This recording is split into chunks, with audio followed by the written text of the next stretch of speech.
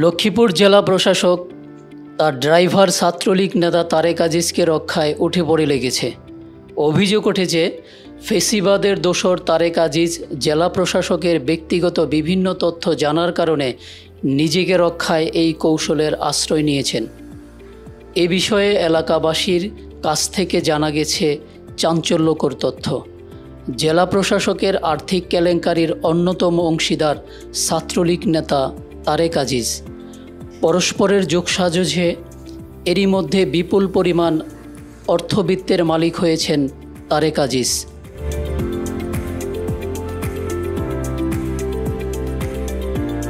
স্থানীয়দের সাথে কথা বলে জানা যায়, লক্ষ্মীপুর পৌর শিশু পার্ক, গরুর হাট ইজারা বড় অঙ্কের লেনদেন হয়ে থাকে। 5 উপজেলার ভূমি অফিসের তহসিলদার অবৈধ ইটভাটার মালিকদের কাছ থেকে নিয়মিত মাসোহারা আদায় করে থাকেন ড্রাইভার তারেক আজিজ। এছাড়াও সাব রেজিস্ট্রি অফিস, ইউনিয়ন পরিষদের টিআরএ, কাবিখা, এলজিইডি প্রকল্প, সচিবদের নিয়োগ বাণিজ্য বিভিন্ন খাত থেকে নিয়মিত চাঁদা আদায় করেন এই ড্রাইভার ছাত্রলীগ নেতা তারেক আজিজ। নিয়োগ বদলিসহ বিভিন্ন খাত থেকে নিয়মিত চাঁদা আদায় করে থাকেন এই ছাত্রলীগ নেতা তারেক আজিজ। সে এলাকায় 3 তলা বাড়িসহ অনেক সম্পত্তির মালিক। এদিকে পরিবহন পুল থেকে তারেক আজিজের কর্মকাণ্ডের বিষয়ে জানতে চেয়ে ডিসিকে চিঠি দেয়া হয়েছে। তারেক আজিজ এলাকায় প্রকাশ্যে বলে বেড়াচ্ছে, পত্রিকায় সংবাদ ছাপা হলেও তার কিছুই হবে না। আজকের পত্রিকা আগামীকালের ঠোঙ্গা বলেও সে মন্তব্য করেছে।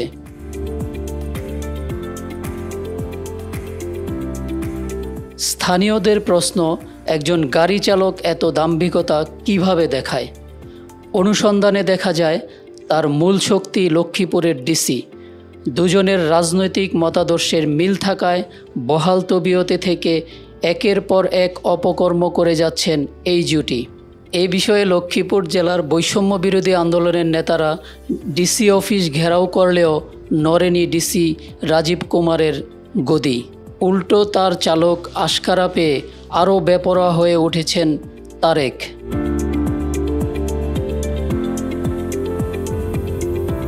জামালপুরের আলোচিত ডিসির মতো এই ডিসির কোনো গোপন সম্পর্ক আছে কিনা জিজ্ঞাসা এলাকাবাসীর। তার প্রধান শক্তি কি তাহলে তার চালক ছাত্রলীগ নেতা তারেক আজিজ?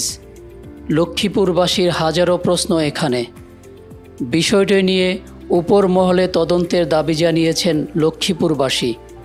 ডিসি ও স্বৈরাচারের দোসর গাড়ি চালকের অপকর্মের তদন্ত করে ব্যবস্থা নিতে মন্ত্রিপরিষদ সচিব ও জনপ্রশাসন সচিবের দৃষ্টি আকর্ষণ করেছেন তারা।